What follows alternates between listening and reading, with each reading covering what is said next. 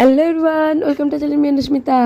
আজ 27শে আগস্ট আর ওর বাবা আজকে অনেকদিন পর ছুটি নিল। তো এখন প্রায় 12টা বাজে, সোনাইয়ের চেক আপ আছে, তাই যাচ্ছে এখন ডাক্তারের কাছে।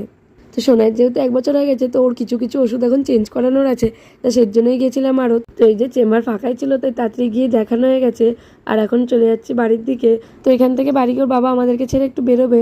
তো দেখেন আমাদের বাড়ির চারিপাশটা বর্ষার সময় কি সুন্দর চারিদিকে সবুজে সবুজ হয়ে যায়।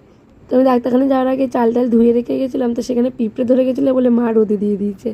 আর তারপরে খাওয়া দাওয়া করে আমরা শুয়ে পড়েছিলাম, আর ক্লিপ নেওয়া হয়নি। তো এখন বিকেলবেলায় সোনাইকে নিয়ে একটু হাঁটতে বেরিয়েছিলাম আমাদের পাড়াতেই। দেখেন সোনাই এই বিকেলবেলাটায় খুব মজা করে। তো এই যে দেখেন, এই হলো আমাদের সেই বুড়ো যার কথা বলছিলাম সোনাইয়ের জন্মদিনের দিন। এই আমাদের বাড়িতে আগে খুব যেত, তখন খুব শান্ত ছিল, এখন খুবই বিচ্ছু হয়ে গেছে। আর ও খুব ভালোবাসে বোনকে, আর আমাদের সোনাইও খুব ভালোবাসে বুড়োকে। তো এই যে দেখেন এখন প্রায় সন্ধ্যে 7টা বাজে আর আমরা বেরিয়েছি একটু। আমি যাবো আমার কসমেটিক্সের দোকানে, কিছু জিনিস কেনার ছিল, সেখান থেকে একটু ক্লিপ গার্ড আর টুকটাক জিনিসপত্র কিনে বেরিয়েছি। আর সেখান থেকে তারপর গেলাম মাসি বাড়ি। এই যে মাসি দেখেন সন্ধ্যে দিচ্ছে আর সোনাই দিদুনের পিছু পিছু ঘুরছে। আর এই ড্রেসটি হলো আমার সোনাইয়ের পুজোর ড্রেস দিদুনের তরফ থেকে। যার ড্রেস তার তো পছন্দ হয়েইছে, সেটা বলাই বাহুল্য, পরে তুত্তুর করে ঘুরে বেড়াচ্ছে, খুলবে না।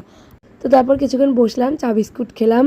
আর আমার মাসি এর সাথে সাথে আমাকে একটা শাড়িও দিয়েছে পুজোর জন্য, সেটি আমি নেক্সট একটি ভিডিওতে দেখাবো।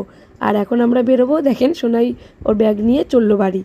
আর এই যে ওর বাবা বাইক ঘোরাচ্ছে এখানে, আর ও দিদুনকে হাঁপা দিয়ে নিল, দিয়ে বেরিয়ে চলে আসলাম। আর দেখেন সোনাইয়ের ঘুম পেয়ে যাচ্ছে, সোনাইয়ের হাই উঠছে। তো আজকের ভিডিওটি যদি ভালো লাগে লাইক শেয়ার সাবস্ক্রাইব করে একটি কমেন্ট করবেন। আর দেখা হচ্ছে খুব তাড়াতাড়ি, আপনারা ভালো থাকবেন।